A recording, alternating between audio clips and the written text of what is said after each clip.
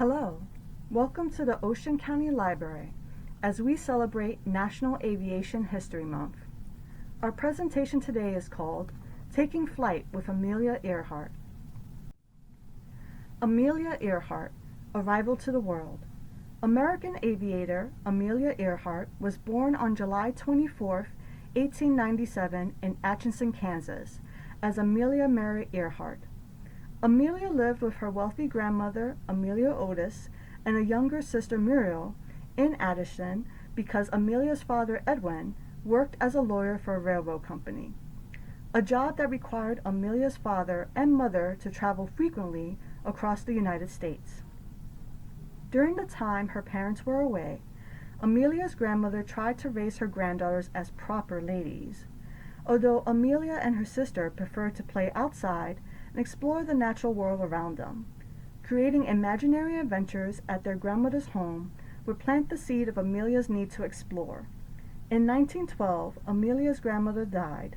Amelia and her sister Muriel moved to live with their parents. This wouldn't be the last time Amelia would move in her life. From 1912 through 1915, Amelia and her family would move 6 times across the United States.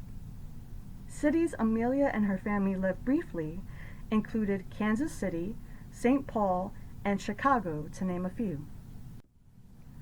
Amelia Earhart, Early Journeys. In 1916, Amelia graduated from Hyde Park High School in Chicago. Since Amelia moved so much in her young life, she never had any time to make friends, a fact pointed out in her high school yearbook, which stated the following about Amelia: A.E., the girl in brown who walks alone. After high school, Amelia used the inheritance money she received from her deceased grandmother to attend college.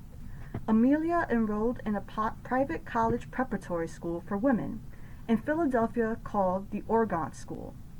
In 1917, Amelia went to visit her sister Muriel in Toronto, Canada during Christmas break. While Amelia was in the city, she saw several injured soldiers of World War I in town walking on crutches. Upon seeing the hurt soldiers, Amelia immediately dropped out from the Organt School and enrolled in Toronto's Spadina Military Hospital as a nurse's aide. Amelia would serve in the hospital for the last few years of World War I. It was also in Toronto where Amelia first encountered the excitement of aviation. Near the Spadina Hospital where she worked, Amelia watched the Royal Flying Corps cadets practice maneuvers in their aircraft at the airfield. Witnessing the military airplanes fly in the air stirred a passion in Amelia to learn to fly. It would be a few years after this event that Amelia would eventually accomplish her dream to fly. Amelia Earhart, passion for aviation. After the war had ended, Amelia moved to New York City where she enrolled herself at Columbia University as a pre-medical student in 1919.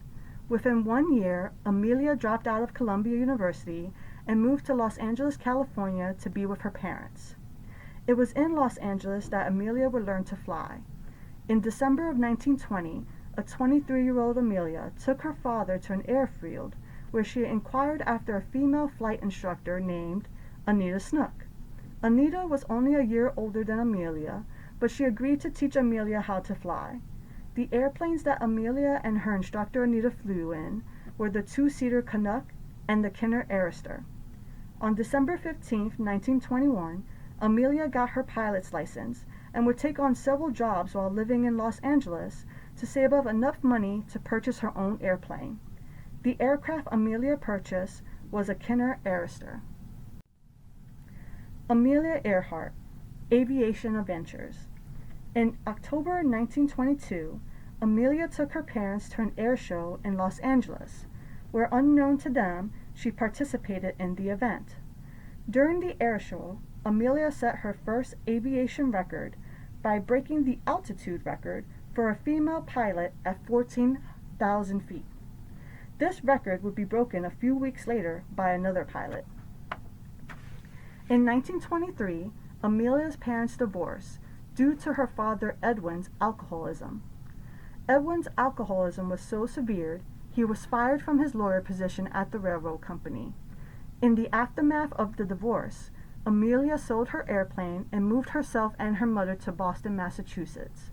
In Boston, Amelia got a job as a social worker for a settlement house called Denson House, which served and helped poor immigrant families in the area. During Amelia's spare time, she took flying lessons at an airfield from the money she received from her job. In 1928, Amelia received a phone call from George Palmer Putnam that would change her life. Amelia Earhart, aviation fame. In 1928, George Palmer Putnam, owner of G.P. Putnam & Sons Publishing Company, contacted Amelia and asked if she would be interested in becoming the first woman to cross the Atlantic Ocean. The flight was sponsored by American heiress Amy Phillips Guest, who lived in England and wanted to see this challenge accomplished by a woman. Additionally, George told Amelia that if she completed this challenge, his company would publish her book.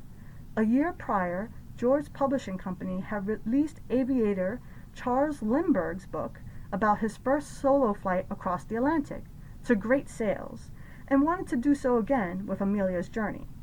Amelia quickly jumped at the opportunity. Although once she arrived at Trespassy, Newfoundland to board the aircraft, Amelia was told she would only be a passenger on the flight. She would not be flying the plane across the Atlantic Ocean.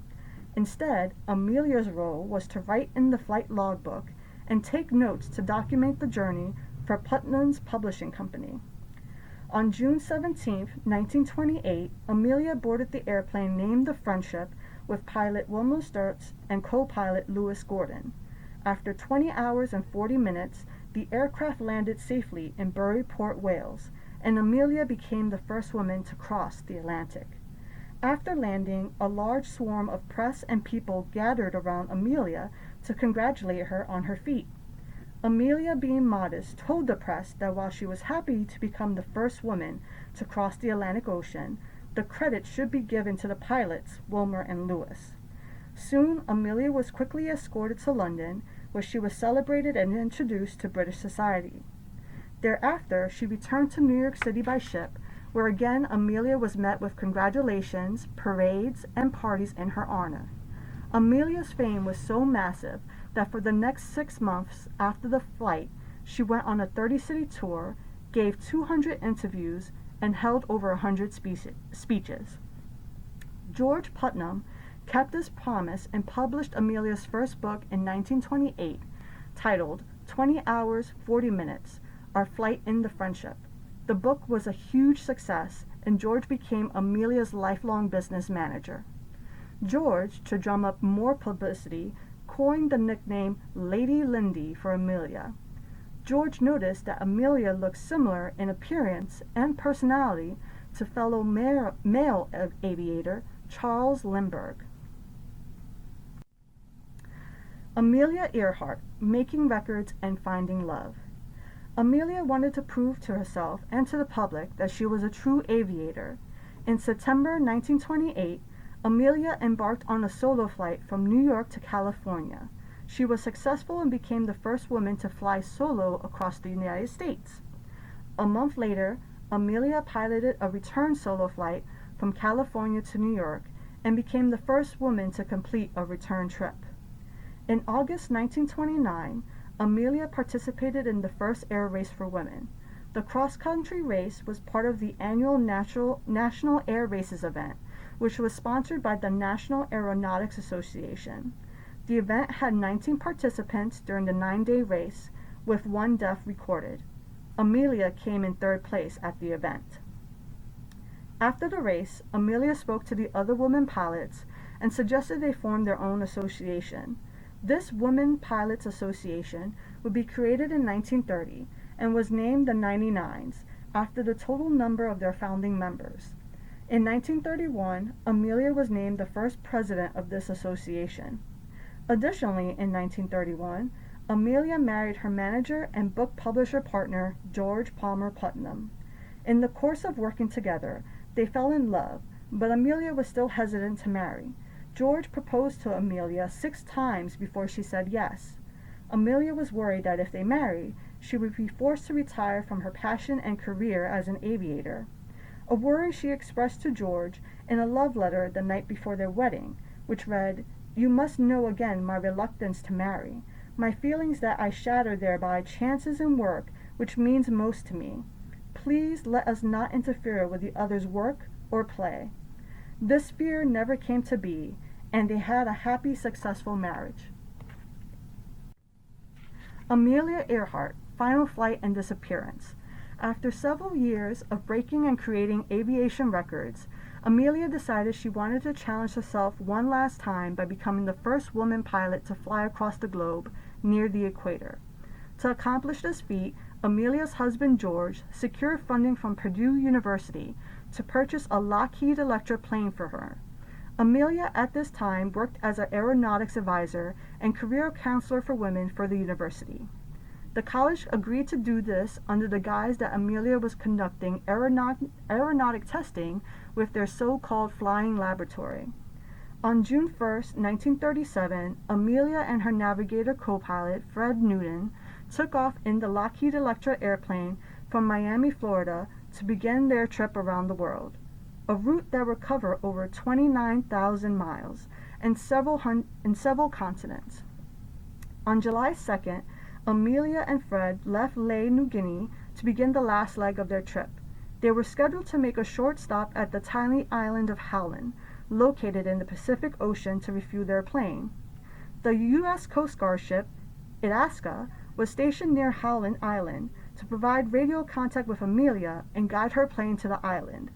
The Itasca received several radio transmissions from Amelia, with one of her final messages being, "We must be on you, but cannot see you, but gas is running low."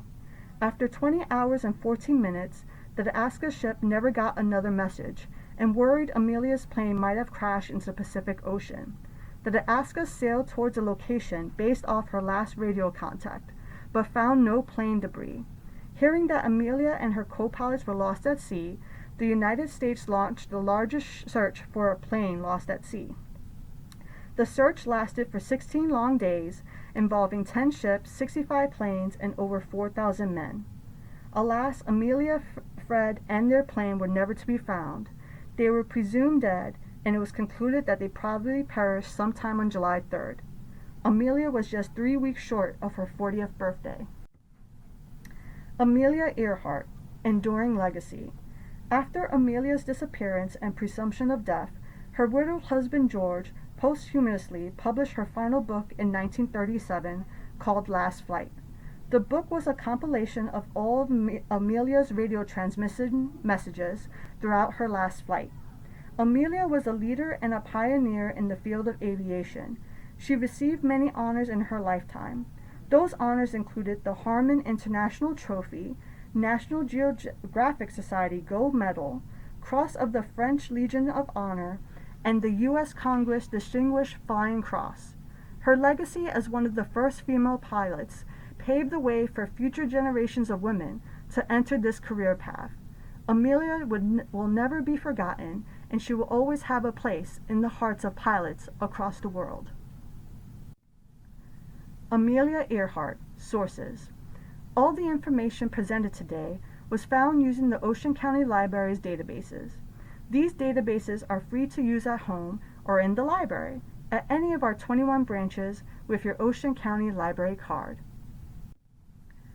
Amelia Earhart, Materials at the Ocean County Library. Check out the Ocean County Library's website to search our databases or catalog to find books, articles, and other items about Amelia Earhart. To search our catalog or access our databases, please visit the Ocean County Library's website at www.theoceancountylibrary.org. Thank you, and we hope you've enjoyed this presentation at the Ocean County Library.